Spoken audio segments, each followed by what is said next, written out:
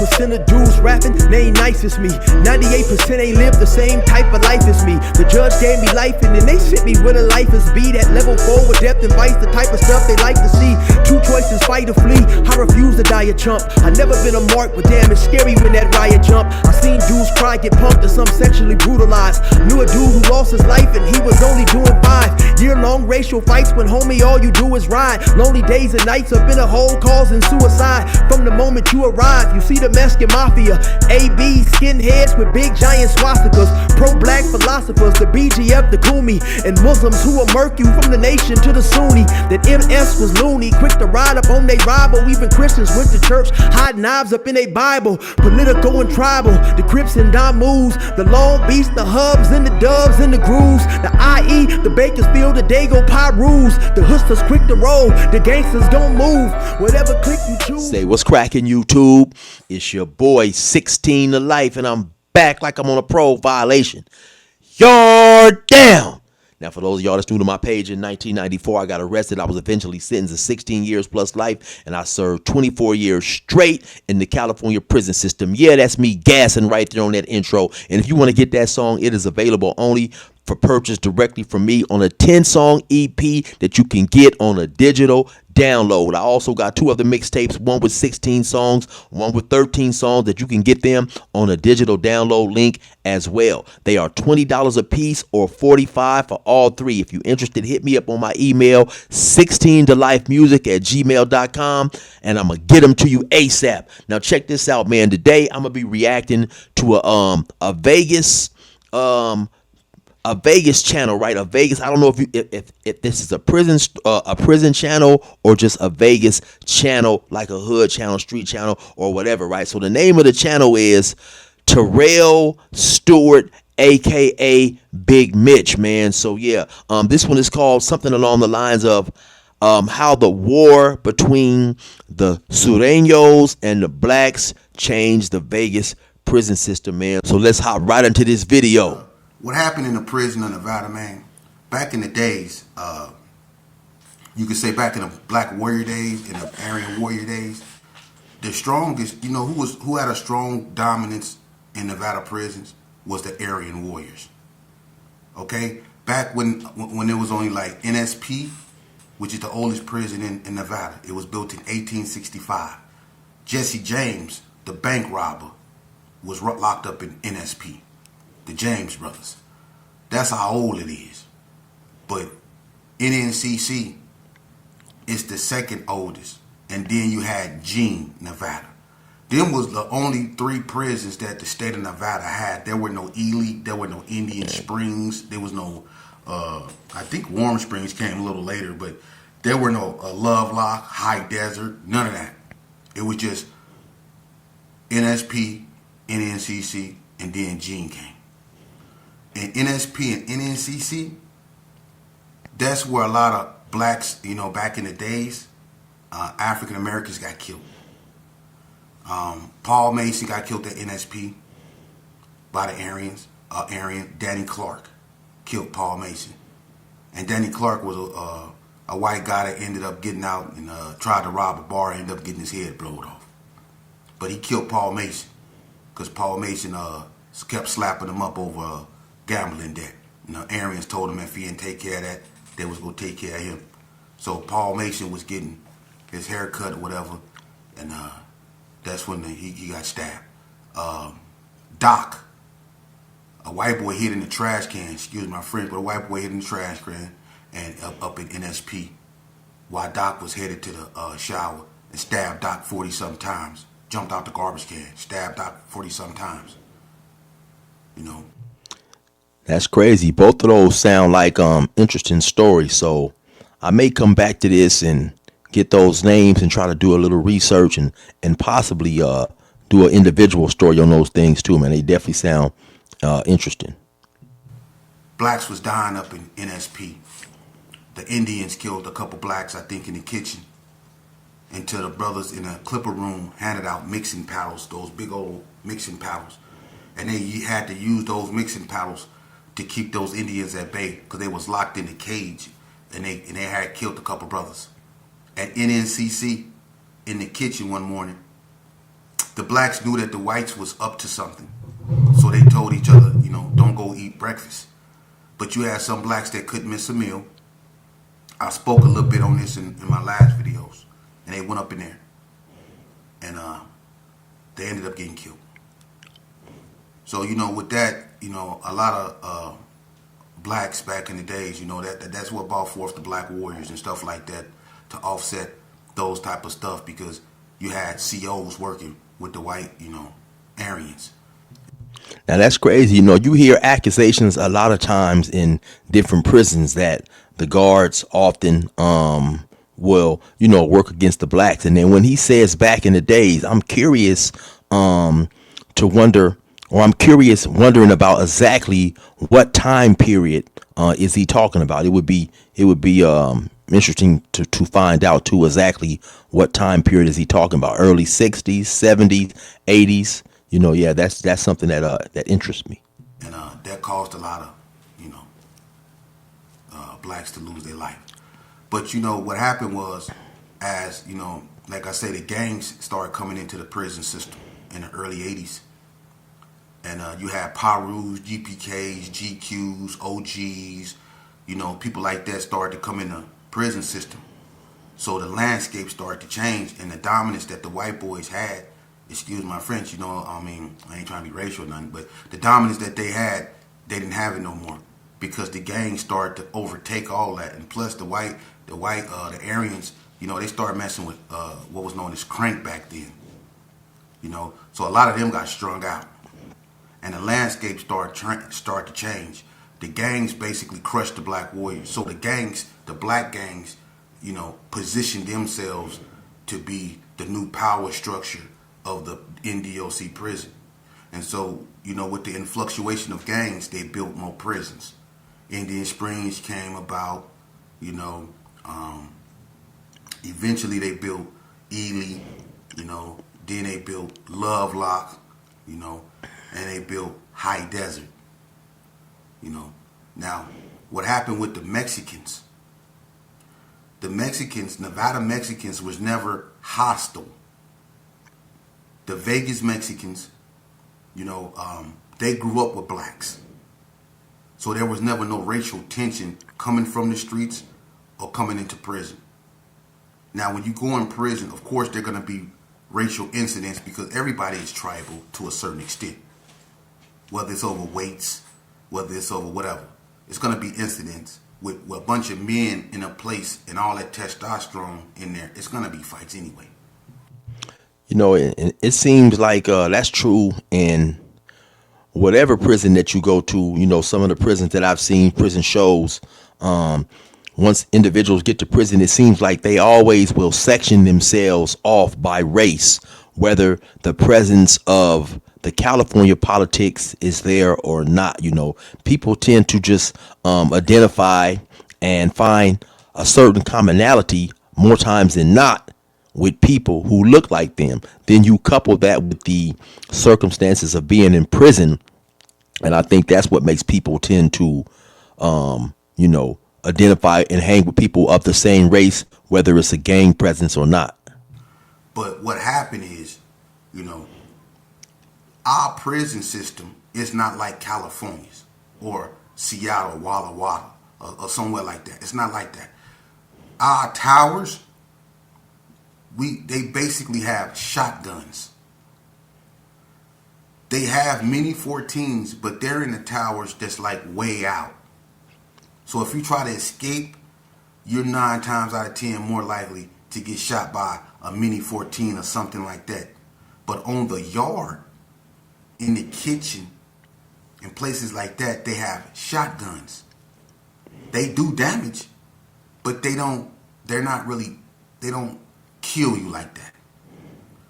What people don't realize is that the reason why it was so many fights in Nevada instead of real like killings is because, number one, the towers don't kill inmates like that in Nevada.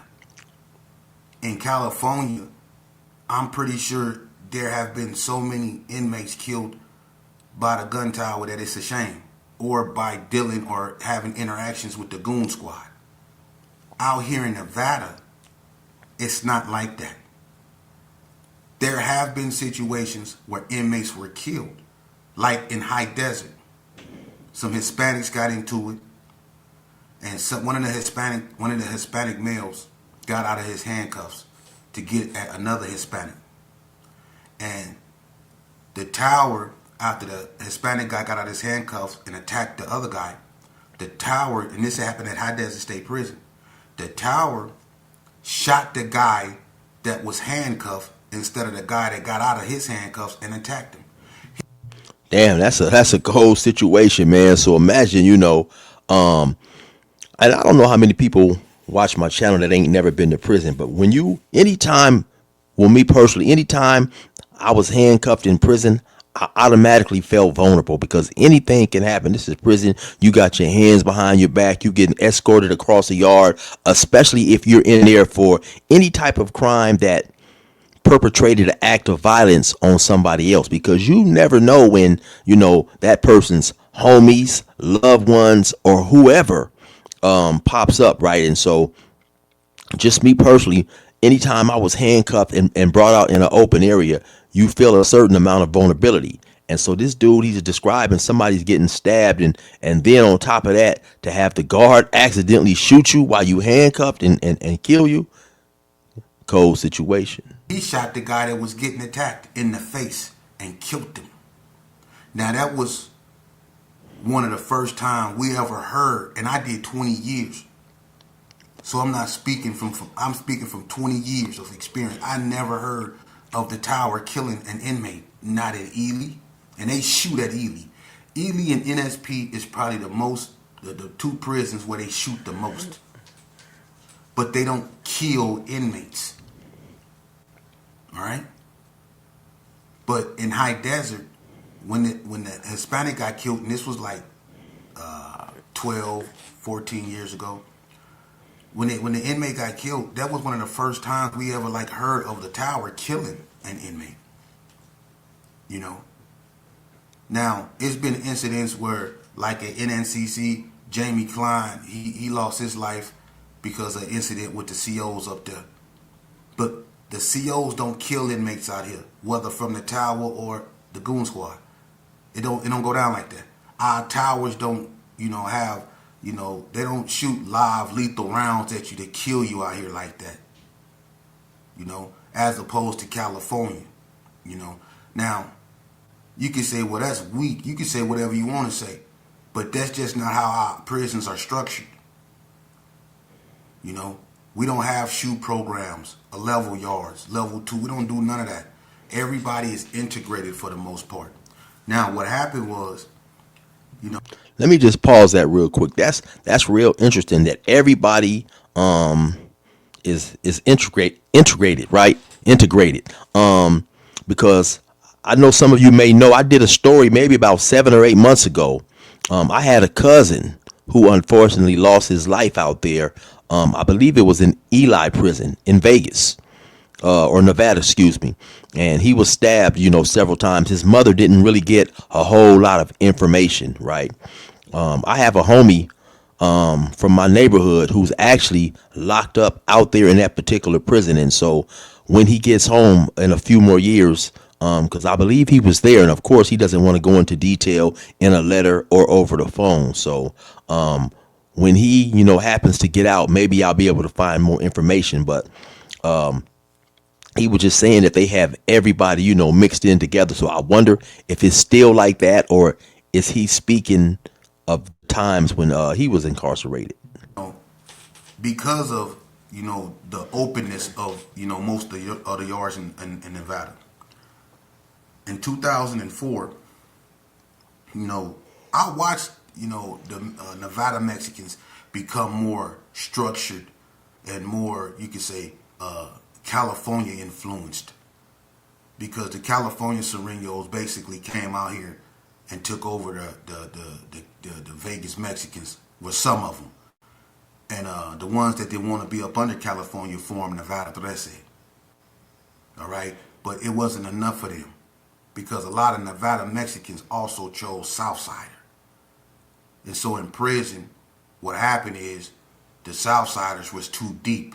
They crushed the MRUs a long time ago at NSP. They crushed the MRUs, you know, and the Nevada Thresays, they wasn't deep enough. So the administration started PCing the Nevada Thresays. How you PC'd up in your own state? Because you have a dude that's a Nevada Thresay that's a little loco, and then you have another little loco that's a Southsider. And they can't be on the yard together. So the Nevada Thresays formed an alliance with the Norteños. I don't know if it's still intact, but they formed an alliance with the Norteños to fight the Sureños because they didn't want to be up under California. And I respect that. You know, it's all stupidity, but I respect that they wanted to keep their identity. But it's a shame that your own people, your own homeboys who you grew up with chose to side with something else for whatever reason. And I definitely can relate to what he's saying, right? Because that is similar to situations I told you guys when I've been in prison, and I'm from an area we function under a collective known as the Inland Empire, and it makes up two counties, Riverside County and San Bernardino County, and all the cities and gangs from those counties, or individuals who are not necessarily gang members, non-affiliates as well, if they choose to, they function under that IE banner. But you had some individuals who geographically was from the Inland Empire, but they chose to function with LA collectives. And you definitely had individuals from San Bernardino who grew up on the streets with some of these dudes who chose to function with LA collectives, and they just couldn't believe it. They was like, man, you know, me and that dude, we used to sleep at each other's house, you know, or, you know, that dude would sleep at my mom's house, call my mom, so on and so forth, you know. And then you also had individuals in the collective who felt extremely betrayed by a certain individual, his choice to function with someone who, he didn't grow up with. So I could definitely understand what he's talking about, because keep in mind, you know, prison sometimes can be spontaneous, right? And if you have something jump off between these two factions, now you have a dude functioning with individuals in war against people he grew up with and have been knowing all his life. So yeah, it's definitely a feeling of betrayal there. Now, what happened was, along with the California Mexicans and their politics being over, you know, coming out here and dominating the Nevada Mexicans, they pushed, I guess you could say, California Southsider like structure, meaning this is our table, this is our phones, this is our shower, you know, mandatory working out, all this and that, you know, and they had, you know, Neto as they head honcho, racist ass Mexican, but excuse my French, but in 2004, because in 2003 they indicted the 60s. In 2004, they jumped on the Sureños jumped on a brother in the kitchen over a table, and that was like the last straw. Because the brothers that was up there with him, you know, they ran and left the brother in the kitchen. And the Mexicans just did him bad. The brothers got tired of that. I spoke on this before. And the blacks reacted, you know, two groups of blacks. One that was down there by the soccer field and the one that was up there by the chow hall. There were two groups of blacks, probably 70 in one group, 50 something in another one. The one that was down there by the soccer field got to the Mexicans first, who was on the soccer field. That's where they went. And they lined themselves up against the fence and put rocks in front of them. And the blacks, you know, they didn't let that bother. They rushed him right there. Everybody remember that. And the Mexican lost his life on that field, on that soccer field. Now what happened was, the Mexicans threatened to kill 5 blacks because of that Mexican that got killed. So they took the Sureños out of the general population and started what was known as the Sureño program. They put them in Unit 2, which was like what a hole was, over there, or the fish tank. And they made it so where they couldn't even look out the fence. And it got so bad because after the war at High Desert, it started erupting on other yards, blacks and Mexicans. So what they did is they just took all the Sureños out of every prison, and they put them in a hole, and they sent them all to NSP, and they put them in their own area. And it was known as the Sureño program. And that was the closest form of what you could call a shoe program that Nevada ever had. And it was because of the Sureños and the threat that they made, because they said that they wasn't going to just kill five blacks. They said it was going to be a nurse, a CO, a warden. They had to have 5 blacks. It didn't matter who. So I'm just assuming the Nevada prison administrative system, never having that issue, and then suddenly having this problem, with the Sureños, and just hearing the Sureños' reputation from California, I'm definitely sure that shook them up. And so, they probably didn't know what to do and just felt that, slamming everybody, locking them down probably was the best thing to do. So when the inspector general heard about that, he was like, "Oh, 5, okay." So they snatched them out of population, and everybody remember that when they snatched all the Sureños out of general population, and they put them, in a hole, and then they eventually transferred all of them to NSP, and when they get to NSP, the Sureños, they was tripping at NSP because they felt that they was done wrong. They felt the blacks didn't get punished. They felt that it was a Hispanic that lost his life, but they're the ones getting treated, like they're the one. They felt it was unfair, so they was tripping the whole time. They beat up the goon squad at NSP, beat the brakes off the goon squad. The Sureños did, and then it was a Hispanic up there that tried to PC. That was a Sureño. They tried to let him go.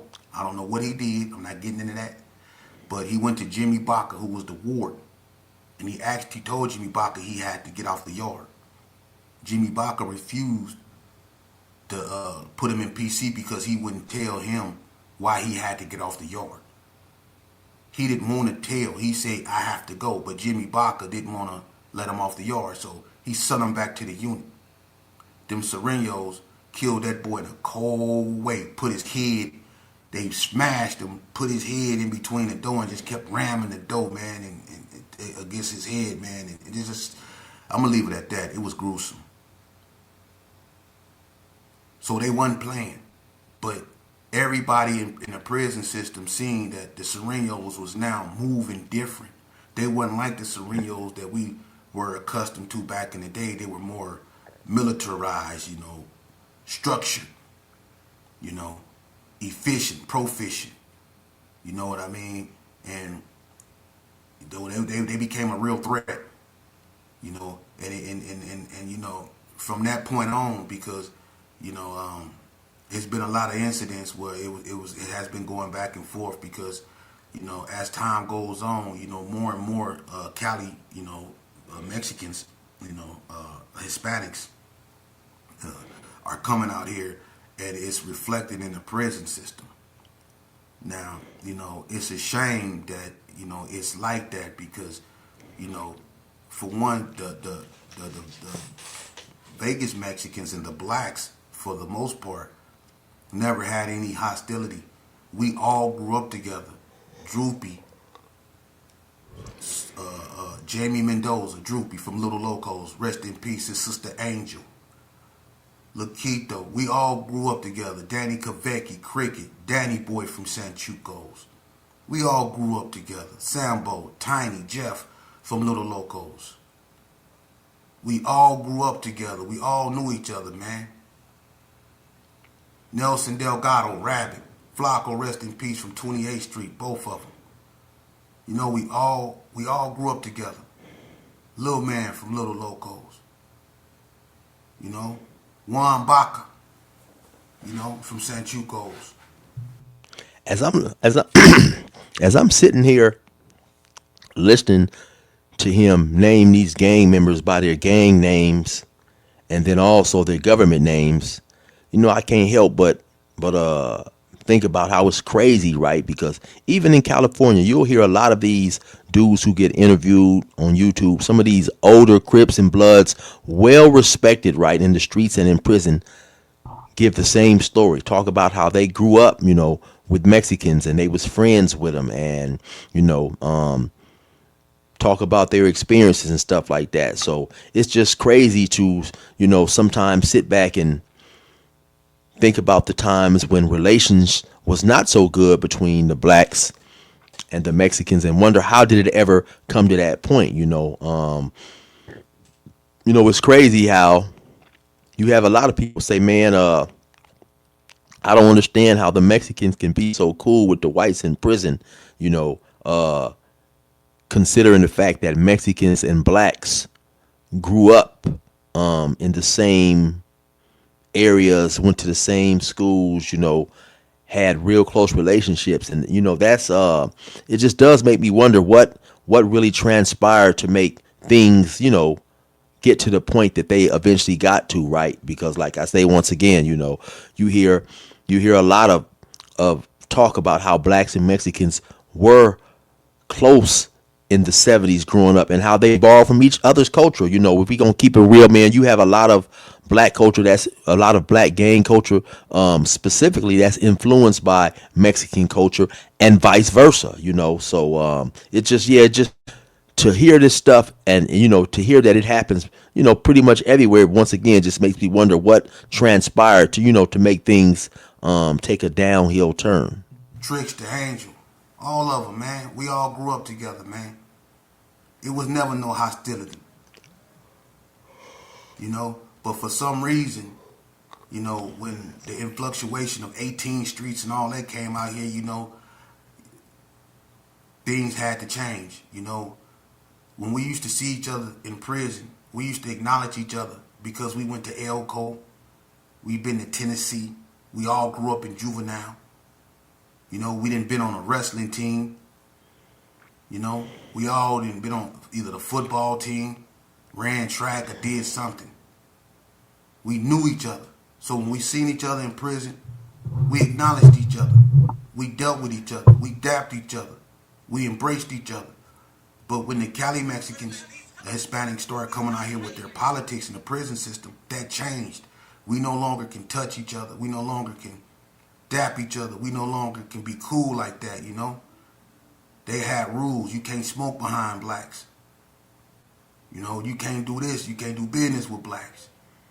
And it was messed up because, a lot of us was childhood friends, but now they have to be with their people, which is understandable, but it's messed up because, I understand that you being with your people, but you not being able to mess with me because I'm black and you Hispanic. That's wrong to me. I never looked at no one like that, And I grew up in Elko. And Mr. Watson, who was the first form of a father figure, a white man, used to call me buckwheat. Used to call every little black kid buckwheat. Now that's definitely crazy right there, man. He said Mr. Watts or Mr. Watson, so it definitely seemed like this dude had some racial feelings in the negative toward blacks, man. I'll never forget. I was in Ironwood, and there was a black Southsider, cool dude, and his name was Buckwheat, and just every time somebody would call him that, it definitely would rub me the wrong way. See, up there, they was real racial. But one thing about him, he taught me that the only thing that can define me was my action. Mr. Watson was the first person that helped me understand that. And Martin Luther King used to say that, and I didn't even listen to it. But Mr. Watson is the one that helped me understand that the only thing that can define you is you, not your color, not what someone say about you. Because I had beat up a bunch of cats, them little, cats up in Elko, that's where they started, a lot of them was little, they was saying some racist things up in Elko, and sometimes you had to go there with them. But when I had a few fights, and Mr. Watson, used to sit me down and tell me, well, why you do what you did, Terrell? I said, because he called me the N-word. He said, but you're not one. and I didn't understand what he was saying because, you know, in one aspect, I call myself the N word. I call other people the N word, but in other aspect, I don't want them to call me the N word. So it was confusing to me. But he told me right then and there. He said, "You're not no N word," and he said it. He said, "That ain't you." He said, "The only thing that could define you is you." He said, "Now, if you react the way that you reacted when somebody said it to you, Terrell, that's what make you the N word." And that's a white man's analogy, right? And to me, that's that's a crock of BS, and it's crazy that a grown man would tell a young child that, or whatever age he was, right?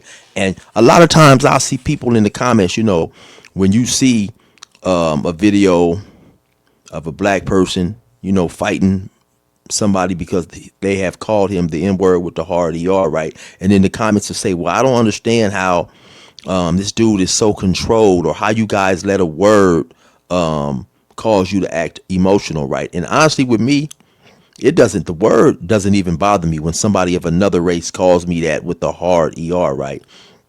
The word itself doesn't bother me. It's the intention behind them calling you that, right? Because this is known to be one of the, if not the most vile words, not only in the history of the American language, but just in all languages, period, right? It's definitely a well-known vile word. So when a person calls you that, he's calling you that with the intention to disrespect you. So it's somewhat like when I was younger, and I knew an individual was from a certain hood, and I may diss his hood, right? And I've never even had any problems with his hood, but my intention was to make this dude fight, or when you talk about somebody's mama, the intention is to get this person mad enough to fight. So it's not necessarily what you're doing, it's the reason behind it, right? And so that's what I think. The dude talking about you're not an N-word, but if someone calls you the N-word and you fight, that makes you the N-word. That's just a ridiculous ignorant way of thinking from an individual who's never had to deal with several things growing up, being humiliated, persecuted with that word, and then also reading, if he happened to read, or just learning about the history, not only behind that word, but the history behind a people who was enslaved. They had their women, they had their women transgressed upon, beaten, killed, hung, things like that. So it's a whole lot to go behind that word, man. But let's get back into it. The N word means ignorant. That's all it means. He said it don't mean that you black. The N word means you're ignorant. And when you react the way you reacted, Terrell, you show ignorance. And you're raised smarter than that. You're an intelligent man, young man. He told me that. This white man with no eyebrows, looked like he lived in the woods somewhere, told me this. So I never looked at nobody with racial hostility. And it was hard for me to grasp that when the Nevada Mexicans started displaying that. Like, are you serious, dude? We grew up together, man. You calling me a tire now? I'm a tired. I don't understand that. But let me say this here. So for those who may not know, he said, you calling me a tire now? A tire? And I'm not necessarily knowing if I'm pronunciating the word correctly, but it's something like llanta. Llanta. I mean, it's black tire in Spanish, right? And sometimes you'll have some, Mexicans try to say, oh man, the word is it's a harmless word, but it's just another word with the negative connotation that's used to refer to blacks, and so even though they may try to downplay it and make it seem like it's not. Don't address me as a tire. Don't address me as a mayate or whatever. None of that stuff. Address me as by my name. Don't use any of these derogatory terms that you want to use to address me as in another tongue, thinking that I don't know the language. And then when I do at least find out what the word means, then you try to downplay it. I think that's what is upsetting about this individual, especially when like he's saying, hey man, we grew up together. You used to call me by my name. Now all of a sudden we come to prison and you call me by a disrespectful name. The Sureños in Nevada do not run the prison system. The state of Nevada run the prison system. Because when they say lock it down, everybody lock it down. Don't nobody run that prison system. But as far as ignorance goes, the blacks, because they don't allow themselves to be separated. The only thing that separate blacks is the level system, and it separate the Hispanics too. But for the most part, the blacks stick together, and even though they might not communicate or be organized, they will group up when they have to, because they know the threat that the Sureños pose. The white guys, the white inmates, they're not like they used to be. They're not. They don't mean that they're any less dangerous, but they're not as hostile as they was back in the day. The whites are more. I'm not saying they're not. They still don't have Aryans or they still don't have skinheads. They call themselves Odinists and Wiccans now. They don't like to use the term Aryan or skins. They use the term Wiccans and Odinists. You know what I mean? Hoorah! They doing that stuff like that and all that old stuff, So they not like they used to be. So they don't pose a threat like that. And the unholy alliance that they had with the Hispanics is basically over with, because every time the Hispanics get into it with the blacks, the white boys won't ride with them. So when the white boys, when the white inmates get into it with the blacks, the Hispanics stop riding with the white boys. So that alliance is basically over with. You know what I mean? But no, the Sureños they never ran nothing, and the blacks, I mean, as far as running a prison, I mean, don't nobody run nothing. Like I say, when they say lay it down or lock it down, that's what they do. If they say strip in the middle of the yard, that's what you go do. If they take you out your room and take everything in your room, that's how you go be left. If they put you in the room with nothing but you and the room, that's how you go be. So who really run what? Because if they put you somewhere and your flap don't open, you don't eat. So how you run something? When you push your button on your door, it don't just open up. That ain't how that works.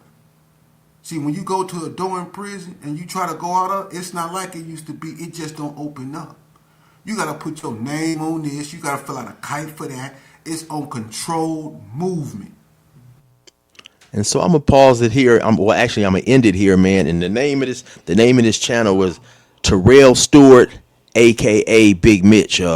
And I think I've seen him a time or two in the past, and he's definitely has some interesting stories, man.